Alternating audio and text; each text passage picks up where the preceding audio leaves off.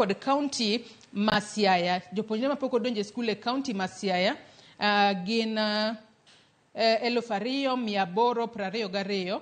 Ka jopuonjre mamoko ma pok odonjo e skul e kaunti ma Migori bende gin 1,595. Mago jopuonjre ma pok odonjo e skul e counties magwa makaluo. Matiende ni nitiere counties moko ma pok ochopo 100% transition. Maureen, ang'e ni sani sirikal osechako chenro mar manyo jopuonjre go ma pok odonjo e skul. Thoth jonyuol ywak ni kaluwore kod nok mar omenda emomiyo pok gidonjo e skul.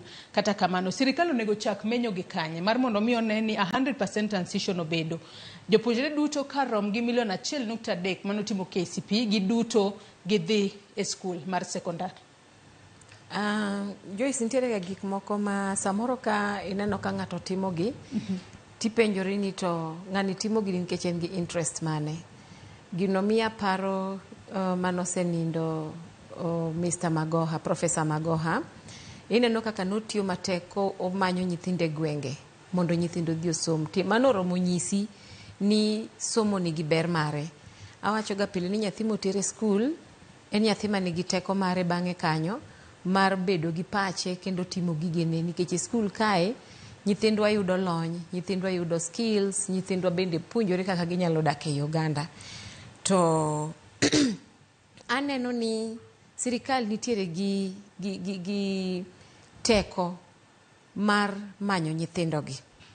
Ting'e ni kata be mana ni teko sirikal nitiere godo, kaka koro sani anyalo wacho omenda. Teko mar sirikal mondo mi oket nyathi e skul, ipenja ni gichako gi kanye. Onego bed no chakore e bedo ni pesa nitie ma nyathi ka nyathi onego bed ni dhi godo skul. To ng'e maber ni ndiyo nitiere pesa moro ma sirikal jagologa, waluonge ni capitation. To kitambe yud ka sirikal nosegolo share ne, to nyathi pod ok odhi e skul, oromo nyisi ni janyuol nigi pek. Koro adwa wache mabroad ni kama sirikal onego bed ni chako ng'iyo godo nyithindo gi ni kure, en neno ni pesa okete skul ma nyithindo gi nyalo somo godo ma ok kete matin. Onego bed ni Kenya kae sani wasechopo kiwango moro ma kaka iwachonwa e constitution ni basic education is a right cha. To bedo a right ma onge gimoro ni pod idwa chaki duogo kendo kuom janyuol mondo gol pesa moro matin moro makoro chalo ka gima utimo cost sharing gi janyuol. Ng'eni king'iyo fee structures sani eri mag nyithindo madhi school, Joyce, sirikal golo around Sh20,000. Janyuol golo matin moingo 20 nero golo around 22 gi 100 moki wiye. Tiyudo ka ginie pod opek ne janyuol. Koro an kipenja ni sirikal onego bed ni chako gi kanye, tanyalo wacho mokwongo ni sirikal oseketo wach ni e constitution ni it is a basic right. Donge koro onego bed ni kamo chake en neno ni to basic right ni a implement e yo mane. Agol pesa odhi e skunde mondo nyithiwa gi odhi skul gi duto te. Mano is the only way ma sirikal nyalo meet godo 100% transition to secondary schools. Okang'eyo ka be winjo gima temo nyisino. Ting' ni en ting' mar sirikal, nikech ing'e ni wan jonyuol to wan to sirikal juogowa. Koro onego bed ni wan ka sirikal osejuogowa, to mondo nyathina odhi skul onego bed ni koro sirikal ting'o ting'ni te ka ber adiera ka wan piny ma kalure ni janyuol chule usuru e gik mopogore opogore. Matiende ni koro sirikal monego bed ni ng'iyo kata kapok oyaw skunde to omenda monego bed ni dhi ne jopuonjre go to ichwalo ne gi mapiyo piyo.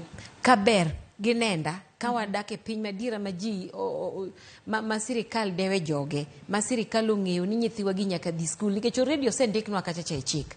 Koro en tich mar sirikal neno ni to nyithindo gi dwa ni gisom, ma en ratiro mar nyithindo.